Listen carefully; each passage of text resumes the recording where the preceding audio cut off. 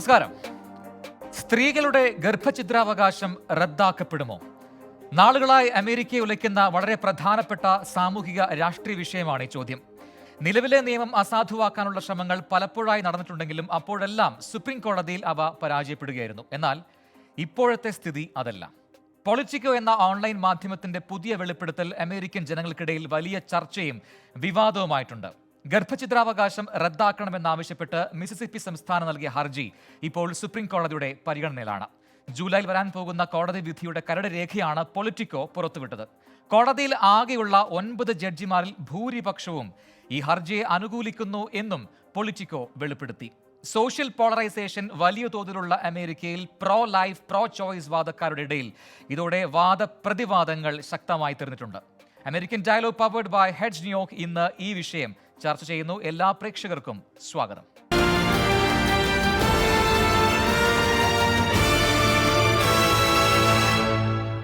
ചർച്ചയിൽ ഇന്നത്തെ എന്റെ അതിഥികൾ: mister Vincent Xavier Palathingal, conservative activist, state central committee member of Republican party of Virginia, and he's an IT real estate businessman. Ms. Deepa Ram, women empowerment activist, and she is a writer too. Ms. Tara Shajan, Director of Nursing, Neo Health and Hospitals, National Association of Indian Nurses of America Treasurer, and former President of Indian Nurses Association of New York. എല്ലാ അതിഥികൾക്കും സ്വാഗതം. I will start with Ms. Deepa. Actually ഈ ഒരു വിഷയം ഇതിപ്പോൾ വലിയ ചർച്ചയായി തീർന്നിട്ടുണ്ട്. എങ്ങനെയാണ് സ്ത്രീ എന്ന നിലയിൽ ഈ വിഷയത്തെ നോക്കിക്കാണുന്നത്? കാരണം ഈ പ്രോ ലൈഫ് പ്രോ ചോയ്സ് എന്ന വാദം ഒരുപാട് നാളുകളായി ഇങ്ങനെ ഉയർന്നു കേൾക്കുന്നുണ്ട്. പക്ഷേ ഈ അടുത്ത കാലത്താണ് വീണ്ടും ചർച്ചയിൽ ഇടം നേടുന്നത്. വലിയ തോതിലുള്ള പ്രതിഷേധങ്ങൾ അമേരിക്കയിൽ നടക്കുന്നുണ്ട് എന്ന് മാധ്യമങ്ങൾ റിപ്പോർട്ട് ചെയ്യുന്നുണ്ട്. ആ രീതിയിൽ നമുക്കും ആ കാര്യങ്ങൾ അറിയാം. എങ്ങനെയാണ് ഇപ്പോൾ നടക്കുന്ന ഈ പുതിയ മൂവ്മെന്റ്സിനെ കുറിച്ച് പ്രതികരിക്കുന്നത്? ഒരു സ്ത്രീ പ്രസവത്തിലൂടെ അവൾക്ക് വരുന്ന ശാരീരിക മാനസിക മാറ്റങ്ങൾ എത്രയാണെന്ന് നമുക്ക് എല്ലാവർക്കും അറിയാം. ഇത്രയും സ്ത്രീ ജീവിതത്തെ മാറ്റിമറിക്കുന്ന വേറൊരു പ്രക്രിയയുണ്ടോ എന്ന് തന്നെ സംശയം. ഒരു കുഞ്ഞിന്റെ മുകളിൽ അച്ഛനും അമ്മയ്ക്കും തുല്യാവകാശമാണ് എന്നുള്ളത് പൂർണ്ണമായി അംഗീകരിക്കുന്നു, മനസ്സിലാക്കുന്നു. എന്ന് പറയുമ്പോഴും ഒരു സ്ത്രീ മാനസികമായി തയ്യാറെടുക്കുന്ന സമയത്ത് മാത്രമായിരിക്കണം അവൾ അമ്മയാവുന്നത്, അല്ലെങ്കിൽ അവൾ ഒരു കുഞ്ഞിന് ജന്മം നൽകുന്നത്, അല്ലെങ്കിൽ അത് സ്ത്രീയുടെ ജീവിതത്തെ തന്നെ പൂർണ്ണമായി തകർത്തേക്കാം. ഒന്നാമത് നമ്മൾ ഈ പോസ്റ്റ്മോർട്ടം ഡിപ്രഷൻ, അല്ലെങ്കിൽ നമ്മൾ മദർഹുഡ് മെറ്റീരിയൽ എന്നൊക്കെ വാക്കൊക്കെ നമ്മൾ കേൾക്കുന്നത് വളരെ റീസെന്റ് ആയിട്ടാണ്. ഈ സ്റ്റഡീസ് ഒക്കെ വളരെ റീസെന്റ് ആയിട്ടാണ് നമുക്ക് വന്നിരിക്കുന്നത്.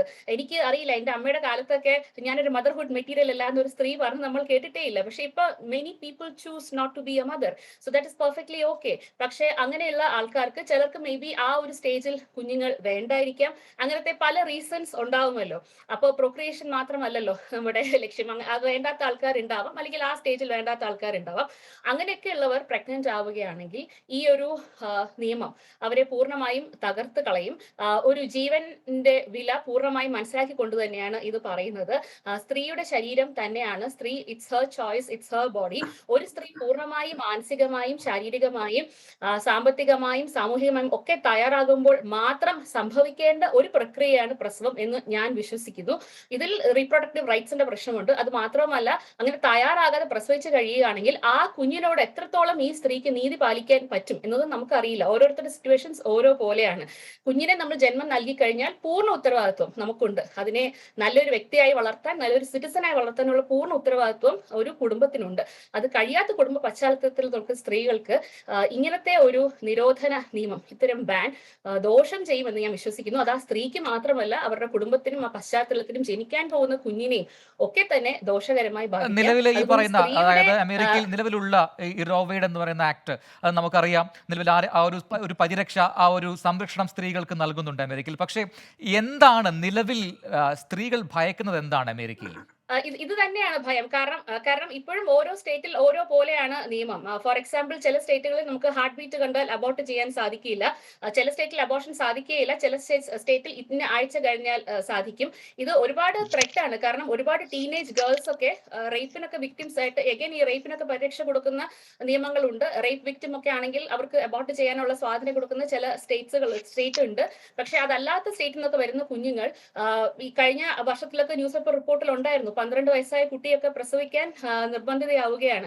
ഒരു ജീവിതം തന്നെ മാറ്റിമറിച്ചേക്കാം. ആ പെൺകുട്ടിയെ മാത്രമല്ല, ആ കുഞ്ഞിനെ കൂടിയാണ് അത് ബാധിക്കുന്നത്. അതുകൊണ്ട് സ്ത്രീക്ക് തന്നെയായിരിക്കണം ഇതിൽ അവസാനത്തെ ലാസ്റ്റ് സേ സ്ത്രീയുടെ ആയിരിക്കണം എന്ന് ഞാൻ ഉറച്ചു വിശ്വസിക്കുന്നു. മിസ്റ്റർ വിൻസൻ, ഈ രീതിയിൽ ഈ വാദപ്രതിവാദങ്ങൾ ഇങ്ങനെ തുടങ്ങിയിട്ട് ഒരുപാട് നാളുകളായിട്ടുണ്ട്. ഇപ്പോൾ വീണ്ടും അത് വാർത്തകൾ ഇടം പിടിക്കുന്നു, ചർച്ചയാകുന്നു എന്നതിലപ്പുറം ഇതൊരു രാഷ്ട്രീയ സാമൂഹിക മാനം കൂടി വന്നിട്ടുണ്ട്. നിലവിൽ നടക്കാൻ പോകുന്നത് എന്താണ്? ഈ ഒരു തെറ്റിദ്ധാരണ വന്നിട്ടുണ്ടോ ആൾക്കാർക്കിടയിൽ?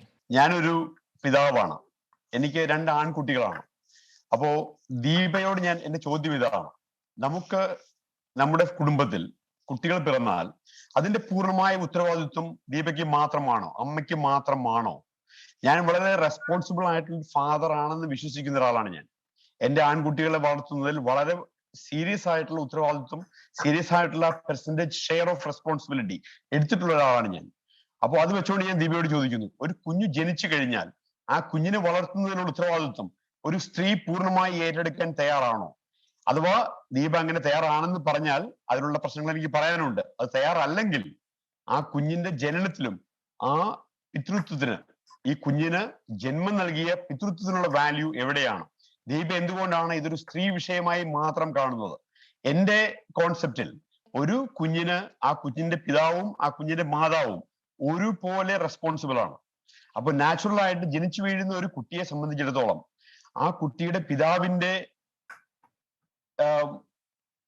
പിതാവിന്റെ സഹകരണം എന്തുമാത്രം ആ കുട്ടിയുടെ പൂർണ്ണമായ വളർച്ചയ്ക്ക് ആവശ്യമാണോ അതുപോലെ തന്നെ ഇമ്പോർട്ടന്റ് ആണ് ആ കുട്ടിയുടെ ജീവൻ ആ കുട്ടി ജനിക്കുന്നതിന് മുമ്പ് ഇല്ലാതാക്കുന്നതിലും. എന്തുകൊണ്ട് ഇതൊരു സ്ത്രീയുടെ മാത്രം വിഷയമായി മാറുന്നു? ഇത് സമൂഹത്തിന്റെ മൊത്തമായിട്ടുള്ള ഒരു ഇഷ്യൂ ആണ്. മിസ്റ്റർ വിൻസൻ, അത് ഏറ്റവും ക്വസ്റ്റ്യൻ തന്നെയാണ്. തീർച്ചയായിട്ടും ദീപ അതിന് മറുപടി പറയും. മിസ്റ്റർ വിൻസൻ, അല്ല, നേരത്തെ ദീപ പറഞ്ഞതിൽ മറ്റൊരു പോയിന്റ് കൂടി ഉണ്ടായിരുന്നു. അതായത് ഈ പറയുന്ന പോലെ അമേരിക്കയുടെ കാര്യം മാത്രം എടുത്തു കഴിഞ്ഞാൽ കുട്ടികളായ എത്രയോ പേർ നിരന്തരമായി റേപ്പിന് വിധേയരാകുന്നുണ്ട്, അവർ പ്രസവിക്കപ്പെടേണ്ടി വരുന്നു എന്നാണ് ഒരു വാദം.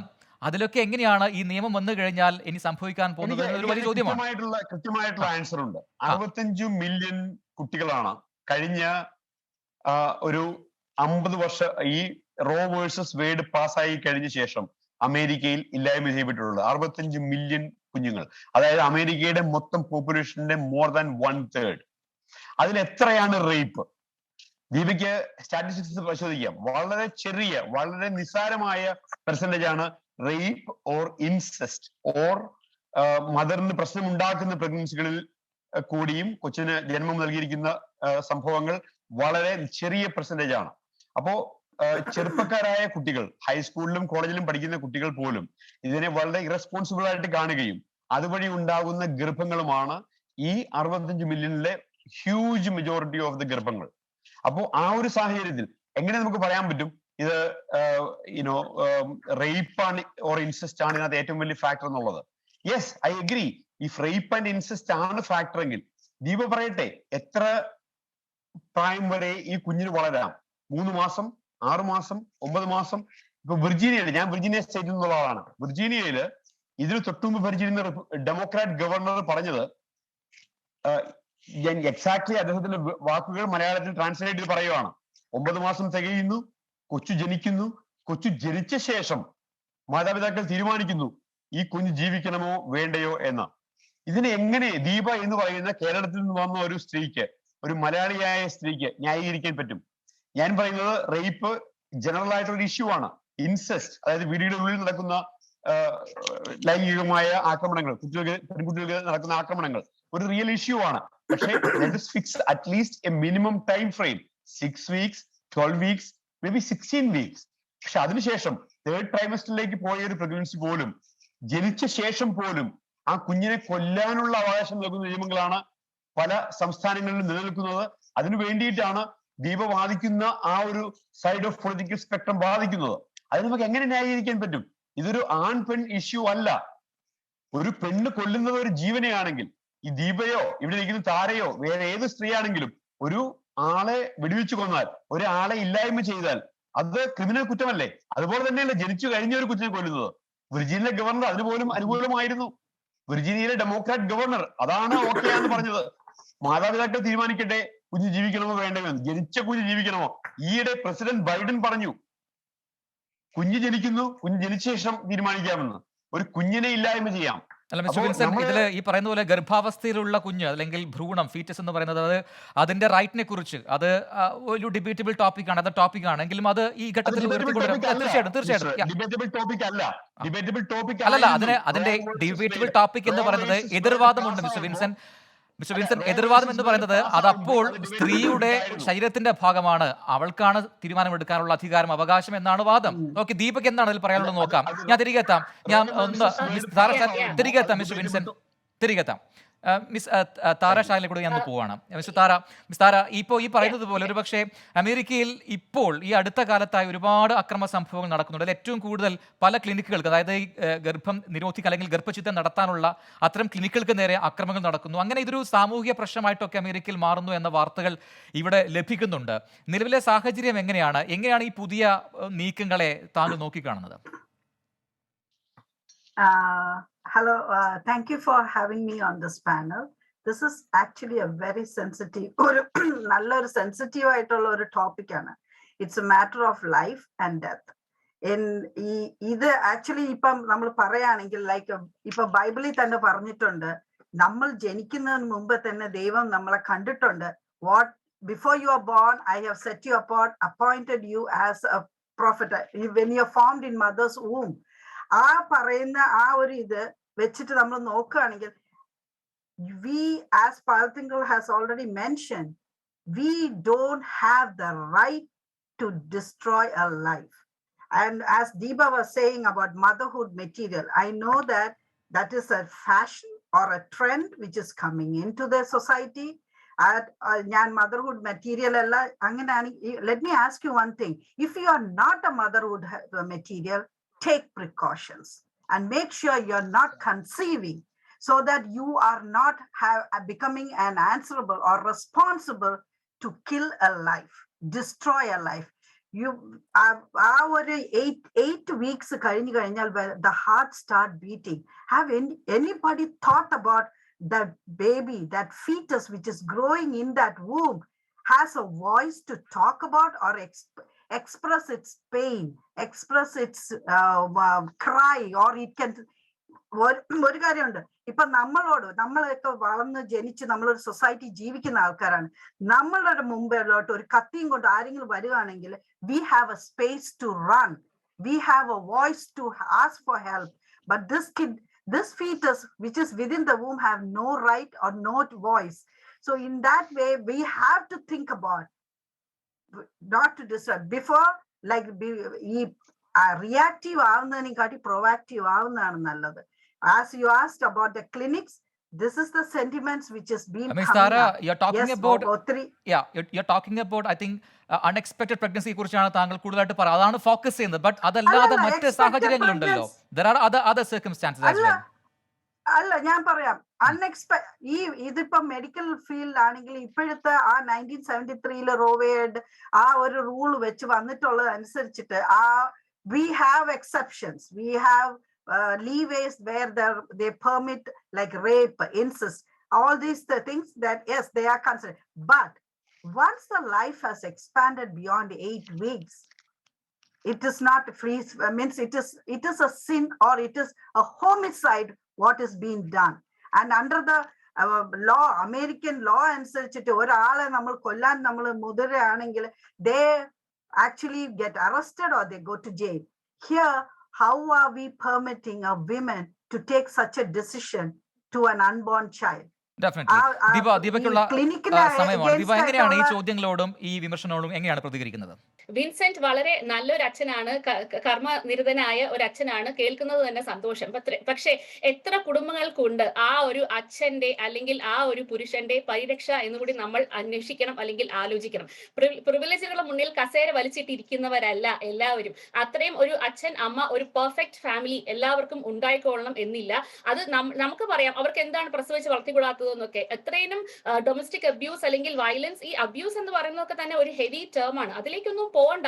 അത്രയും സപ്പോർട്ടീവ് അല്ലാത്ത പാർട്ട്നേഴ്സ് ഉള്ള സ്ത്രീകൾ അവര് എന്ത് ചെയ്യും എന്നാണ് ഞാൻ ചോദിക്കുന്നത്.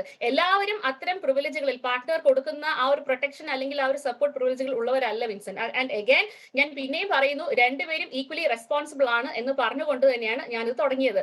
പിന്നെ രണ്ടാമത്തെ കാര്യം, മിസ് താര പറഞ്ഞതുപോലെ ഈ മദർഹുഡ് മെറ്റീരിയൽ ഫാഷൻ ആണ്, അല്ലെങ്കിൽ ഈ പോസ്റ്റ്മോർട്ടം ഡിപ്രഷൻ നമ്മൾ ഉണ്ടാക്കുന്ന കണ്ടീഷൻ ആണ്. അതൊന്നും അല്ല. ഇപ്പൊ എന്ത് പറഞ്ഞാലും ഇത് ഭയങ്കര ഫാഷനാണ്, ഇപ്പൊ ഇങ്ങനെ ആയിരിക്കുകയാണ്. സോ അത് നമുക്ക് അതിനെ ട്രിവലൈസ് ചെയ്ത് കളയാൻ പറ്റത്തില്ല. That is also A very sensitive issue. പിന്നെ ഇപ്പൊ നമ്മൾ പറയുന്നുണ്ടല്ലോ ഈ ഭ്രൂണത്തിന്റെ ഫണ്ടമെന്റൽ റൈറ്റ്സ്, അല്ലെങ്കിൽ അതിന് എന്താണ് നമ്മളിപ്പോ ഈ ഒരു, എനിക്കറിയില്ല മേ ബി ഈ വാദം എത്രത്തോളം എങ്ങനെ എടുക്കും. നമ്മൾ ഒരു സെൻസസ് എടുക്കുകയാണെങ്കിൽ പോലും നമ്മൾ ജീവിച്ചിരിക്കുന്ന ആൾക്കാരെ, മുന്നിൽ നിൽക്കുന്ന ആൾക്കാരുടെ കണക്കാണ് എടുക്കുന്നത്. അല്ലെങ്കിൽ ഞാൻ പ്രഗ്നന്റ് ആണെന്ന് പറഞ്ഞാൽ അതിനെ +1 നമ്മൾ കാൽക്കുലേറ്റ് ചെയ്യാറില്ല. പോട്ടെ, ഞാൻ ഈ ഭ്രൂണത്തിന്റെ എല്ലാ റൈറ്റ്സും ഞാൻ ഐ ആക്സെപ്റ്റ്. ഞാൻ സംസാരിക്കട്ടെ, ലെറ്റ് മീ ഫിനിഷ്.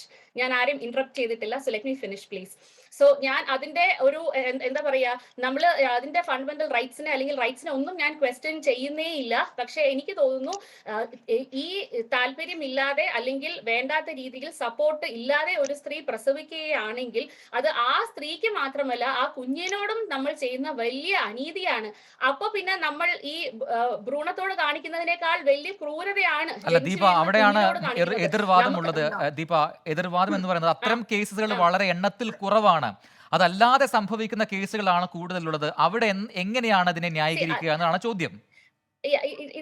ഇതിനോട് ചേർത്ത് വെച്ച് ഒരു കാര്യം കൂടെ പറയട്ടെ. ഞാൻ പറയട്ടെ, ഒരിക്കലും അബോർഷൻ ഒരു കോൺട്രസെപ്റ്റീവ് മെത്തേഡ് ആയിട്ട് കാണാൻ പാടില്ല. കാണുന്നത് തെറ്റ് തന്നെയാണ്.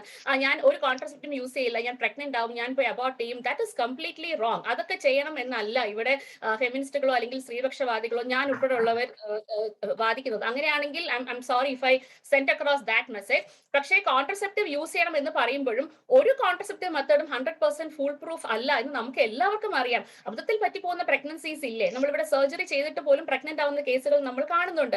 കോണ്ടംസ് അല്ലെങ്കിൽ കോൺട്രസെപ്റ്റീവ് പിൽ എന്തെടുത്താലും നമ്മൾ പ്രഗ്നന്റ് ആയി പോകും. നമുക്ക് വേണ്ടെങ്കിൽ നമ്മൾ എന്താണ് ചെയ്യുക? അത് ആ കുഞ്ഞിനോട് ചെയ്യുന്ന ഏറ്റവും വലിയ ക്രൂരതയാണ്. ഭ്രൂണത്തോട് ചെയ്യുന്നത് പോലെ തന്നെ ഈക്വലി ക്രൂവൽ ആണ് അങ്ങനെ നമ്മൾ വേണ്ടാതെ പ്രസവിക്കുന്നതും എന്ന് മാത്രമേ എനിക്ക് പറയാനുള്ളൂ. അല്ല, ആ രീതിയിൽ അങ്ങനെ പ്രഗ്നന്റ് ആവുന്ന ഒരു ലേഡിക്ക് അങ്ങനെ ഒരു ഡിസിഷൻ എടുക്കാൻ പറ്റുമോ? എന്താണ് ധാർമ്മികമായി ചിന്തിക്കുമ്പോൾ ദീപ അതിനോട് യോജിക്കുന്നുണ്ടോ?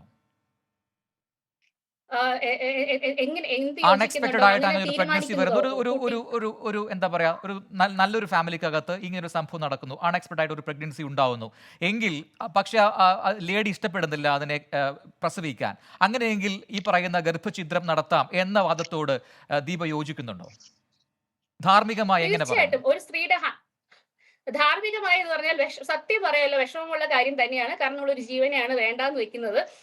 നമ്മൾ അവരോടൊക്കെ പറയും വേണ്ടാന്ന് വിചാരിക്കുന്ന എത്ര പേരുണ്ട്, അപ്പൊ നിങ്ങൾ ഇത് വേണ്ട എന്ന് വെക്കരുത് എന്നൊക്കെ നമ്മൾ പറയും. ക്രൂവലാണ് എന്നൊക്കെ അറിയാമെങ്കിൽ പോലും അങ്ങനെ ജനിക്കുന്ന കുട്ടികൾ പിന്നെയും ഒരു ഡിസ്ഫങ്ഷണൽ ഫാമിലിയിൽ പോകുമോ, അല്ലെങ്കിൽ ഈ അമ്മയുടെ മാനസികാവസ്ഥ എന്താവും?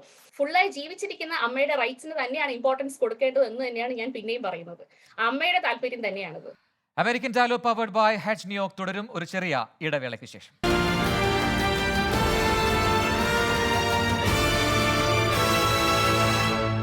അമേരിക്കൻ ഡയലോഗ് തുടരുകയാണ്. മിസ്റ്റർ വിൻസെന്റ് സേവർ പാലത്തിലേക്കാണ് ഞാൻ പോകുന്നത്. മിസ്റ്റർ വിൻസെന്റ്, ഈ രീതിയിൽ ഇപ്പോൾ ദീപ പറഞ്ഞ വാദം കേട്ട് കാണും, അതിനുള്ള മറുപടിയും താങ്കൾക്കുണ്ടെന്ന് എനിക്കറിയാം. ഞാൻ ഒരു പൊളിറ്റിക്കൽ ക്വസ്റ്റ്യൻ താങ്കളോട് ചോദിക്കുകയാണ്. ഇപ്പോൾ നേരത്തെ താങ്കൾ പറഞ്ഞ ഈ റോ വേഴ്സസ് വെയ്ഡിന്റെ കാര്യം നേരത്തെ പറയുകയുണ്ടായി. 1973 ആ ഒരു വിധി വന്നപ്പോൾ 7-2 എന്ന നിലയിൽ വോട്ട് ചെയ്താണ് ആ വിധി പാസ്സായത് എന്നാണ് ഞാൻ മനസ്സിലാക്കുന്നത്. ആ സമയത്ത് ആ പാനലിൽ ഉണ്ടായിരുന്ന 5 ജഡ്ജിമാർ വലതുപക്ഷ ചായ്വുള്ളവരായിരുന്നു എന്നും പറയുന്നു. പിന്നീട് എപ്പോഴാണ് ഈ രീതിയിൽ ഈ റിപ്പബ്ലിക്കൻസിന് മറ്റൊരു നിലപാട് മാറ്റം ഉണ്ടായത് എന്നൊരു ചോദ്യം ഇപ്പോഴും ഇങ്ങനെ ഉയരുന്നുണ്ട്. അങ്ങനെ നിലപാട് മാറ്റമുണ്ടോ? നിലപാട് മാറ്റം റിപ്പബ്ലിക്കൻ ഓർ ഡെമോക്രാറ്റ് ബേസ്ഡ് അല്ല. Technology has change, science has change. So in 1973 the court didn't know what form of life is in the womb when you are aborting it. So that is a difference that you wanted to understand. So it's not a question of Republican versus Democrat. It's not a problem about conservatives versus liberals. It is science. It's technology. Now we know, compared to 1973, how much of a life that we have in the womb at the age of 3 months, at the age of 6 months. So that is what made the change in justice's decision. ഇത്രയും വർഷങ്ങൾ കൊണ്ട് സയൻസും ടെക്നോളജിയും ഒക്കെ ഒരുപാട് മാറി. അപ്പോഴുമാണ് പഴയ പഴഞ്ചൻ രീതികളിൽ നിന്ന് മാറ്റം വന്നുകൊണ്ട് ഇത്തരം ആശയങ്ങളെ കൂടി നമ്മൾ സ്വീകരിക്കേണ്ട ഒരു സത്യാവസ്ഥയുണ്ട്. അത്തരം കാര്യങ്ങളോട് എങ്ങനെയാണ് പ്രതികരിക്കുന്നത്? അതാണ് ഞാൻ പറഞ്ഞത്. അതായത് 59 വർഷം മുമ്പുള്ള നമ്മുടെ അറിവല്ല കറക്റ്റ്. അന്ന് നമ്മൾക്ക് അറിയില്ലായിരുന്നു ഈ ഭൂമിയിലുള്ള ലൈഫിന് ഇത്രയ്ക്കും പെയിൻ ഫീൽ ചെയ്യാൻ പറ്റും, ഇമോഷൻസ് ഫീൽ ചെയ്യാൻ പറ്റും. അവർക്ക് ഹാപ്പിനെസ് ഉണ്ട്, അവർക്ക് സാഡ്നെസ് ഉണ്ട്. 3 മന്ത്സില് 6 മന്ത്സില് ഇതൊന്നും നമുക്ക് അറിയില്ലായിരുന്നു. അതാണ് എബോർഷൻ പാടില്ല എന്ന് പറയുന്ന ഒരു പഴഞ്ചൻ കൺസെപ്റ്റ് എന്ന രീതിയിൽ മറുവാദമുണ്ട്. ഇതെല്ലാം മാറിത്തുടങ്ങേണ്ട കാലം ഇപ്പോഴല്ലേ എന്നാണ് അത്തരം ചോദിക്കുന്നത്. എന്റെ ചോദ്യം അതല്ല, ഇത് അബോർഷൻ അല്ല. എനിക്ക് നിങ്ങളെ കൊല്ലാനുള്ള അവകാശമുണ്ടോ? നിങ്ങളോട് നിൽക്കുന്ന നിങ്ങളെ കൊല്ലാനുള്ള അവകാശം എനിക്കുണ്ടോ? എന്തുകൊണ്ട്? ബിക്കോസ് നിങ്ങളൊരു പൂർണ്ണമായ ഒരു മനുഷ്യനാണ്. നിങ്ങൾക്ക് വികാരങ്ങളുണ്ട്, നിങ്ങൾക്ക് ഫീലിങ്സ് ഉണ്ട്, നിങ്ങൾക്ക് സന്തോഷമുണ്ട്, സന്താപമുണ്ട്, നിങ്ങൾ കരയും. അപ്പൊ അതുപോലുള്ള മുമ്പിലുള്ള ഒരു ജീവനും അതുകൊണ്ട് നമ്മൾ കണ്ടുപിടിച്ചു. നമുക്ക് അറിയില്ലായിരുന്നു 1973 മുമ്പ്. 73 ശേഷം സയൻസിന്റെ പുരോഗമനം വഴി നമ്മൾ കണ്ടുപിടിച്ചു ഈ ജീവന് ഈ ഫീലിങ്സ് എല്ലാം ഉണ്ട്. ഈ നമ്മളിരിക്കുന്ന 3 പേര്, സംസാരിക്കുന്ന നിങ്ങൾക്കെല്ലാം ഉള്ള ഫീലിങ്സ് ഈ ജീവനും ഉണ്ട് എന്ന് നമ്മൾ കണ്ടുപിടിച്ചു. അപ്പൊ ആ കണ്ടുപിടുത്തത്തിന്റെ ബേസിസിൽ മനസ്സാക്ഷി മാറണം. അതാണ് നമ്മൾ ആവശ്യപ്പെടുന്നത്. ഡെമോക്രാറ്റ്, റിപ്പബ്ലിക്കനോ കൺസർവേറ്റീവോ ലിബറലോ അല്ല. You were mentioning about the women's right. I totally agree with all those things. And also the contraception, what you said, it's also in regards to the postpartum depression and everything. That's all is the aftermath which is coming in. But when a woman conceives, apart from the incest and the rape and all those circumstances, when she conceived, it is her choice. There are times when women doesn't want to use the contraceptives and they will conceive and then they want to go ahead and have an abortion, which is not acceptable. And also now, as Paltingal was saying, yes, now science has advanced to that extent that even from the day one, they are able to monitor and they are able to see the changes happening in their life. നമ്മൾ abortion rights കൊടുക്കണം എന്ന് ഞാൻ വിശ്വസിക്കുന്നത് ഈ വേണ്ടാത്ത pregnancies, I mean അതിപ്പം ഈ പറഞ്ഞ കൂട്ട് ഫിനാൻഷ്യലി ഇക്കണോമിക്കലി ഒക്കെ സ്റ്റേബിൾ പക്ഷേ അൺഫോർച്യുനേറ്റ്ലി ദീപ, നിലവിലെ നിയമം അങ്ങനെ ഒരു പരിരക്ഷ കൊടുക്കുന്നുണ്ട്. ഈ നിയമം ആ രീതിയിൽ ഉപയോഗിച്ചേക്കാം എന്നാണ്, യൂട്ടിലൈസ് ചെയ്തേക്കാം എന്നാണ് ചോദ്യം.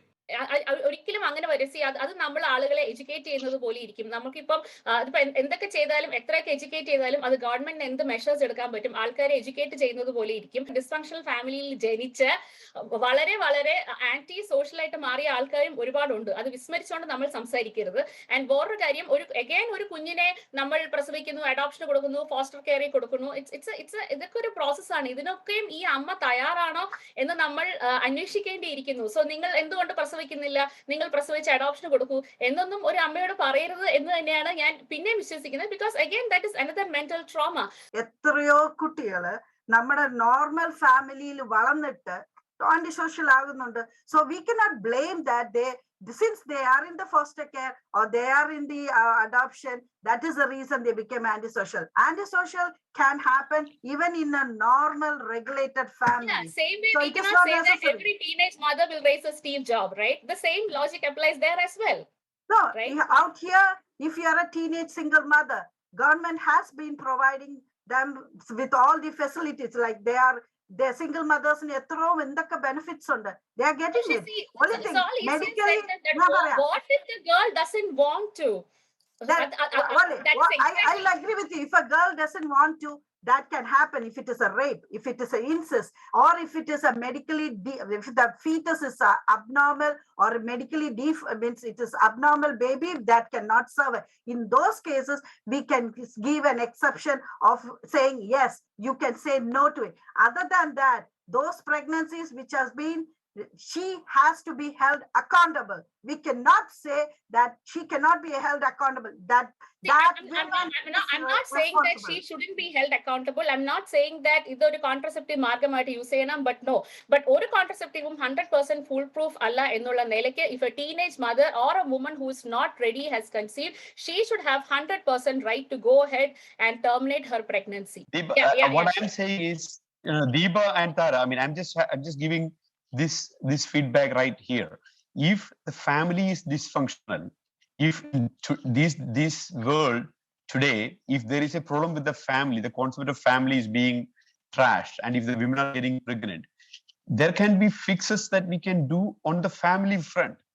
that is something that is beyond this question. Because if life of a baby, a life of a human being is a threat, you cannot compare that life to the life of the mother. These are two lives we are talking about. Both lives are important. So if the families are dysfunctional today, fix the family. Don't create the baby and kill it. Why don't we approach the root Exactly. That's cause? Vincent, see, ഞാൻ ഈ medical completely ഫീൽഡിലുള്ളത് agree. കൊണ്ട് Vincent, എനിക്കറിയാം. families dysfunctional ആവുകയാണെങ്കിൽ it should be completely നമ്മൾ ആ government ഫ്രണ്ടിൽ നിന്ന് reforms വരേണ്ടതാണ്. Measures have to be taken. I totally agree. But then it's a long way process. It's a long run process. അപ്പൊ അതുമായിരിക്കും ഇവിടെയുള്ള mothers എന്ത് ചെയ്യും? അതേപോലെ നമ്മൾ എഡ്യൂക്കേറ്റ് ചെയ്യേണ്ട കാര്യമാണ് that miscarriage cannot be used as a tool of contraception. ഈ നിലവിലെ നിയമം റദ്ദാക്കുന്നു എന്ന രീതിയിൽ ഒരു വേർഡിക്റ്റ് വന്നു കഴിഞ്ഞാൽ എന്തായിരിക്കും അമേരിക്കയിലെ ഒരു സ്ഥിതി? United States എന്ന് പറഞ്ഞു കഴിഞ്ഞാൽ it is actually, you have to understand, it's a country with a lot of rights for the states. Individual states have different rights. Even now we have it. We are still united. It doesn't mean that we are like a divided states. We are United States. So people who want abortion, they will go to New York and California to do the abortion. People who don't want abortion, they will live happily in Florida and Georgia and Oklahoma and other places like that. So it's not going to be the end of the United States or anything. The only thing that we are fearing as a Republican is that we lose some percentage of the women vote.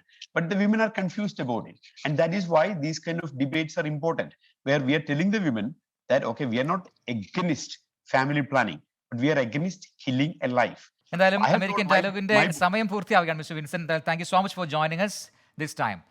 Pro life, pro choice വാദങ്ങൾക്ക് വലിയ ചരിത്രമുണ്ട്. ശക്തമായി ഈ വാദം ഇപ്പോൾ അമേരിക്കയിൽ നടക്കുന്നു എന്നതാണ് ഏറ്റവും ശ്രദ്ധേയം. ലിംഗസമത്വം, തുല്യനീതി, തുല്യ അവകാശം, അവകാശ സംരക്ഷണം, സ്ത്രീ പുരുഷന്മാരെ പോലെ തന്നെ തുല്യ പ്രാധാന്യം LGBT കമ്മ്യൂണിറ്റിക്ക് നൽകുക, സ്വവർഗരതി, സ്വവർഗ വിവാഹം, ഇതെല്ലാം ലോകം അംഗീകരിച്ചുകൊണ്ടിരിക്കുകയും മാറിത്തുടങ്ങുകയും ചെയ്യുമ്പോൾ വികസിത രാജ്യങ്ങളുടെ പട്ടികയിൽ ഏറ്റവും മുന്നിലുള്ള അമേരിക്കയിൽ ഗർഭഛിദ്രം നിരോധിക്കാൻ നീക്കങ്ങൾ നടക്കുന്നു എന്നതാണ് വിരോധാഭാസം. എന്തായാലും ജൂലൈയിൽ വരുമെന്ന് പ്രതീക്ഷിക്കുന്ന സുപ്രീം കോടതി വിധി അതുകൊണ്ട് തന്നെ വളരെ നിർണായകവുമാണ്. കാത്തിരുന്ന് കാണാം. അമേരിക്കൻ ഡയലോഗ് പൂർത്തിയാവുകയാണ്. ചർച്ചയിൽ പങ്കെടുത്ത എല്ലാ അതിഥികൾക്കും നന്ദി. ഇനി വീണ്ടും അടുത്തയാഴ്ച ഇതേ സമയം. Good bye.